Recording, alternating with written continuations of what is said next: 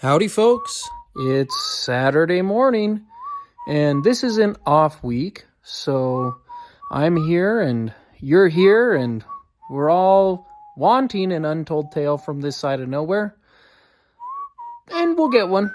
But this one is, of course, a retelling. So, I'm your host, Connor Jones, and this is Untold Tales from This Side of Nowhere, Retold. Before we get rolling, here's a message from our sponsors. We're sponsored by the Copper Corner Cafe in Basin, Wyoming. The Copper Corner Cafe is open for breakfast and lunch Monday through Saturday from 7 a.m. to 1:30 p.m. Stop by and try any of their delicious menu items featuring homemade bread for all sandwiches. Ooh, that sounds good to me. And of course, their famous pie for dessert. Breakfast is served all day, so come on in to the Copper Corner Cafe. We are also sponsored by the Wyoming Welcome Program. The Wyoming Welcome Program offers two services to local businesses: Table Talk and the Wyoming Welcome Baskets. Wyoming Welcome Baskets are filled with promotional items for local businesses and distributed to new move-ins to the Bighorn Basin. Table Talk brochures include jokes, facts about the state of Wyoming, the month's holidays, and advertisements from our local businesses. These brochures are placed on restaurant tables in Cody and Powell for diners to peruse. So if you'd like to get your business name out there, please contact the folks at the Wyoming Welcome Program by shooting an email to Haley J, that's HALEYJ, at wyomingwelcome.com. If you're farming in the Bighorn Basin, you know that input prices aren't doing us any favors this year. Between the high cost of nitrogen and the falling price of sugar, every pound of fertilizer has to count. That's why 307 Pest Management, LLC, is offering something straightforward: the risk-free First 40. I'll bring my multispectral drone to your field and map your first 40 acres for free.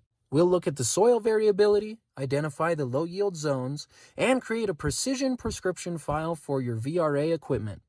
If the data doesn't show you a clear path to saving money or boosting your stand, you don't owe me a dime. Don't leave your yields to guesswork. Let's see what's actually happening in your soil before the planners roll. Search 307 Pest Management, LLC on Facebook or call me, Connor, to book your first 40 today. That's 307-250-0614. Well, this week's story is a throwback to, well, a bit of a change, maybe some common sense.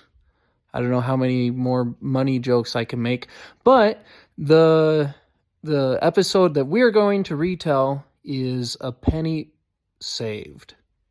Yes, that's the title. A Penny Saved. So, here you go. Settle in. Enjoy this throwback to the good old days when pennies used to be legal currency and they were still being made in U.S. mints. So, here goes. This week I'm actually coming to you from my in-laws' Honda Pilot, which is parked at Goldstream Campground in beautiful British Columbia. It's on Vancouver Island, so if you go to the west coast of Canada, there's Vancouver, and then just off the coast, a short ferry ride over to the west is Vancouver Island, and that's where we are right now vacationing. So, it's beautiful here. Much greener than, Poverty Flats for sure, and the people are super nice. Everything you've heard about Canadians being really nice, it's all true. So, we're having a blast. I'm actually in the Pilot this morning with my son, Joseph. So, if you hear any baby chatter in the background, that's because Joseph and I are recording this episode together. Huh, Joey? Yeah. Alrighty. Today's story is called A Penny Saved. Here goes. As my wife Lily will tell you, I am generally a very frugal individual, sometimes to a fault. Except that may not be exactly how she phrases it. For Al, spending money is like pulling teeth, she told a friend one afternoon. Is that why he's cutting the grass with a broken lawnmower? The friend asked, and they both watched me through the window as I tried unsuccessfully to cut straight lines in the lawn. To the unknowing observer, it may have appeared that I was attempting to mow my lawn with a mower that, due to some long-forgotten accident that had bent the axle of one of the front wheels, steered the mower perpetually to the right. But in reality, I was engaging in a practice virtually forgotten by modern humans. That is, saving money. You see, in this consumer-driven, materialistic modern world, people seem more bent on spending money than ever before. Not me. I squeeze every last drop out of the tube of toothpaste, sometimes at the risk of having an aneurysm. Save all the extra ketchup packets I get from fast food meals in the glove compartment of my car, wash and reuse Ziploc bags, and never, ever pay someone to do something I can do for myself. While I view my thrift as a virtue, I admit it can go too far, though not nearly as often as my wife would like to believe. One such case occurred not long after I secured my first teaching position, a job at a high school in Idaho Falls, Idaho. You may not be aware, but teachers are among the highest paid of public servants in the education system, right above janitors and the guy who drops off the boxes of copy paper. Actually, on second thought, I think the guy who drops off the copy paper might actually earn more. Anyway, part of my thrift may come from the careful budgeting required to make the lavish salary paid to teachers stretch through the fiscal year. Due to that budget, when the brakes started going out on the family car, I was determined not to take the vehicle to a mechanic. I was convinced I could change the brake pads and rotors myself. "Dear, when are you going to get the brakes fixed on this car?" Lily asked one afternoon as we rolled to a stop behind a vehicle at a stoplight. "What was that?" I asked. "I couldn't hear you over the awful grinding noise these brakes are making." "I need to get the pads and rotors switched out this weekend." "You're going to fix the brakes?" Lily asked, incredulous. "Sure," I said, slowly lifting my foot from where I had mashed the brake pedal to the floorboards in my efforts to stop the car. "Have you ever done brakes before?" Lily asked, raising her eyebrows. "You can learn how to do anything on YouTube," I countered. "Remember when I fixed the window regulator when the windows wouldn't roll up?" "Yeah, it took you 3 hours," Lily huffed. "That was only because I wasn't in a hurry," I replied. "Besides, brakes are a piece of cake. Trust me." Lily huffed and folded her arms across her chest. "Well, I hope you're right. I still think you should shell out the cash to get it done in a shop." I chuckled and shook my head. "Oh, Lily, just think of all the money we'll save if I do it myself." A few days later, I was gritting my teeth as I strained to loosen a nut on one of the worn rotors. Deep rings in the metal bore witness to just how badly the brake pads had deteriorated. Since the old car was nearly my equal in years, and this was likely the first time the rotors had been replaced, I didn't feel too bad about spending the money to buy some new ones. My cell phone was balanced precariously on a toolbox so I could watch the handy instructional video from cheapoautorepair.com, and things had been going pretty well so far. The brake pads and rotors set me back about $200 or so, but things could have been far worse. Just setting foot in a mechanic shop could cost a guy $50. This way, I was sure I was saving enough money on labor to justify the amount of time it would take to learn how to do it. I was doing the brakes one wheel at a time, since I only had the little jack that came with the vehicle. This approach worked well for the first 2 wheels, and I was averaging a mere 2 hours per tire. Granted, I had told Lily to expect this to take at least 3 hours to do, but that was before the jack folded under the 3rd wheel. I had just cranked the little handle on the jack about 40 times, lifting the wheel a few inches from the concrete in the tiny garage, when I heard it. A weary groan, as if the jack were exhaling slowly under the weight of the car. "Oh, cripes!" I barked, leaping away from the vehicle and pressing myself against the wall of the garage. With a horrible squeal of scraping metal, the jack folded sideways like an old mare collapsing under the burden of a fatally obese cowboy. I sucked in a quick breath of air and cringed when the car thumped down and then rocked for a moment or two before slowing to a stop. "Whew," I exhaled, not realizing I had been holding my breath. A good 2 inches or so remained between me and the side of the car, so it wasn't too much trouble wriggling out past the side view mirror as I exited the garage. In the shared yard of the apartment, Lily and Al Jr. were playing on the grass. "Well, that took you long enough," Lily said when she saw me. "You said it would take a few hours." "Well, I'm not actually finished," I said sheepishly. "You're not?" Lily huffed. Then her eyes narrowed. "What happened?" she said, suspicious obvious in her voice. "Well, we might need a new jack for the car," I mumbled. "A new jack? Is everything okay?" "Yeah, everything's fine," I reassured her. "The jack just wasn't the sturdiest thing, I guess. But don't worry," I blurted out, seeing the concerned expression that spread across Lily's face at the thought of the car falling onto me. "The jack broke?" she asked, evidently very concerned for my well-being. "Did it damage the car?" Luckily, the jack for the pickup truck was much sturdier, and after assuring Lily the car was unharmed in any way, I resumed the laborious process of jacking up one tire of the car, removing the wheel, and replacing the rotor and brakes. According to the cheapo auto repair video, as part of the brake job, you have to pump the brakes to drain the old brake fluid. So, once I had everything taken apart, I gingerly clambered into the car and pressed down on the brake. Leaning out the window, I watched as brake fluid dribbled into the little whipped cream container I had commandeered from our kitchen garbage. Waste not, want not, right?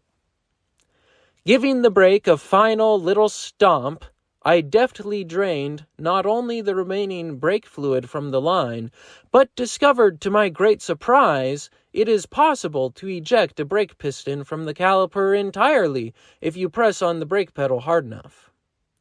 They had somehow forgotten to include this information in the cheapo auto repair video. With a metallic clunk, the piston exited the caliper and splashed into the little bucket of brake fluid. I expressed my surprise and disbelief by pounding on the steering wheel and yelling a few phrases I was glad my wife and Al Jr. had not heard. "Al, watch your language!" my wife hollered from the yard. "Al Jr. can still hear you out here." I guess I only thought my wife and Al Jr. had not heard me. Groaning, I sank down to the concrete floor to survey the damage. From what I could tell after surfing the web for a bit on my phone, with the use of a specialized and very expensive tool, a professional could reinsert the brake piston into its home for a small fee of roughly $1,000. Lucky for me, the only thing more effective than a specialized tool and a small fee of roughly $1,000 is a half-crazed tightwad with a length of baling wire and a few hours to burn, who is bent on saving a small fee of roughly $1,000. I found that if I bent a loop of wire just so and carefully inserted it at just the right angle, I could open the rubber housing where the piston belonged just enough to get it back into place. With all the care of a one-armed man setting a bear trap, I inched the piston into the gasket, clenching my teeth and pouring sweat. The process only took the better part of the afternoon to complete, but I did it. After giving one last turn to the piston wrench, I heaved a sigh of relief and melted onto the ground. While I lay there flat on my back, wondering if I may have bitten off more than I could chew this time, Lily cracked open the garage door. "Al, it's been 4 hours. What on earth are you doing in here? You should have taken it to a shop." "No," I gasped, raising my arm to shake a finger at her from my place on the floor. "I'm almost done. I have one left, and it will definitely take less time to do the last one." An hour and a half later, I turned the crank on the truck jack and lowered the car slowly to the ground. All 4 brakes and rotors were replaced, and I had carefully ensured all of them stopped the car as intended. Victorious, I trudged into the apartment and announced to Lily that the brakes were fixed. "Great work, honey," Lily said, smiling. "That only took about 6 hours. If we were paying you the usual amount for a brake job, you would have earned $10 an hour." "Ha ha, very funny," I huffed, sinking into a chair. Mid-sink, Lily grabbed my hands and pulled me back up. No, she said in that way only wives can. "You're not sitting on my furniture in those greasy clothes. Go take a shower, Mr. Mechanic." I groaned and stood back up. "I know that took all day, but we saved a bunch of money," I said, shuffling down the hall like an escapee from a geriatric ward. I don't recommend kneeling on concrete for 6 hours. "Keep telling yourself that," Lily shouted after me. A few days later, Lily and Al Jr. met me at work, and we went to the school play before heading back home. As a staff member, my family and I got in for free. I drove in front, while Lily and Junior followed behind in the truck. In the darkness of the spring night, I cruised along the highway, still humming a song from the play. Just after crossing a bridge, I spotted what no nocturnal motorist wants to see: a pair of eyes directly in front of me on the road.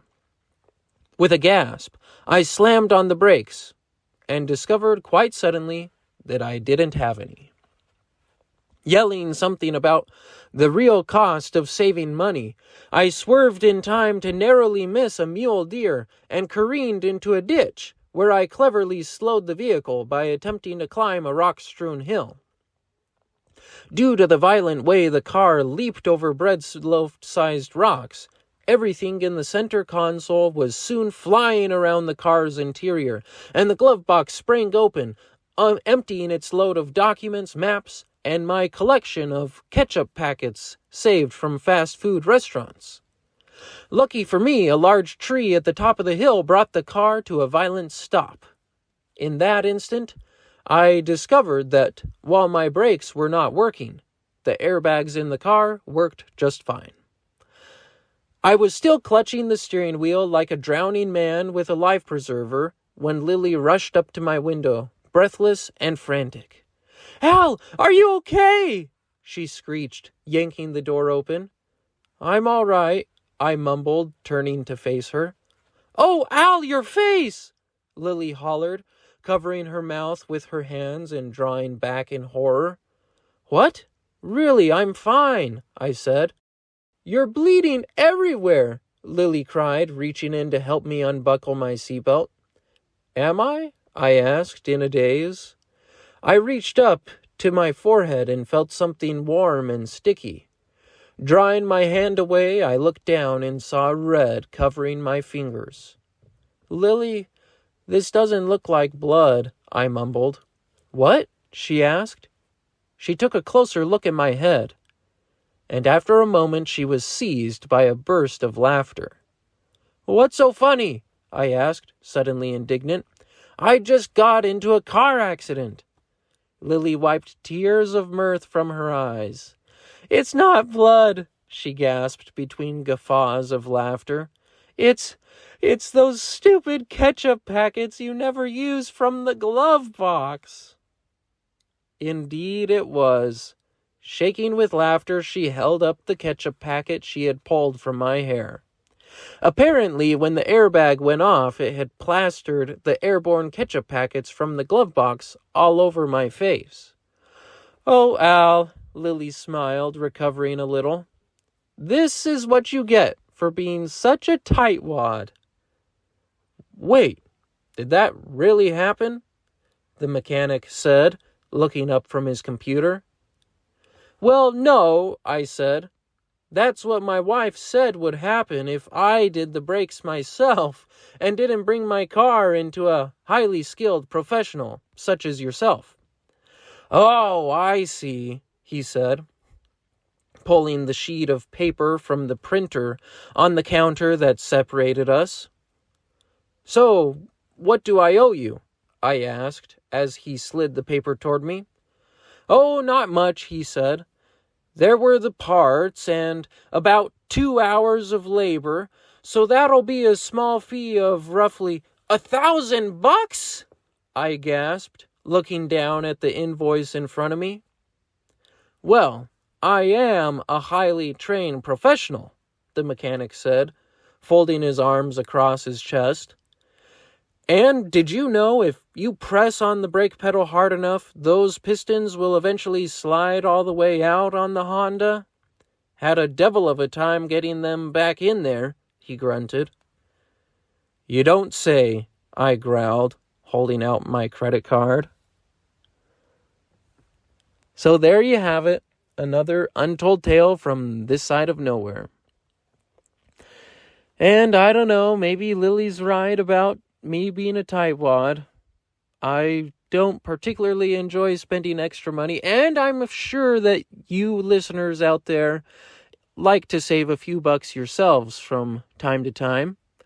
If you happen to have an experience involving saving money and paying for it dearly, go ahead and shoot me an email or comment when this episode drops on our Facebook page. Remember, you can listen to us on Apple Podcasts, Google Podcasts, and now Spotify.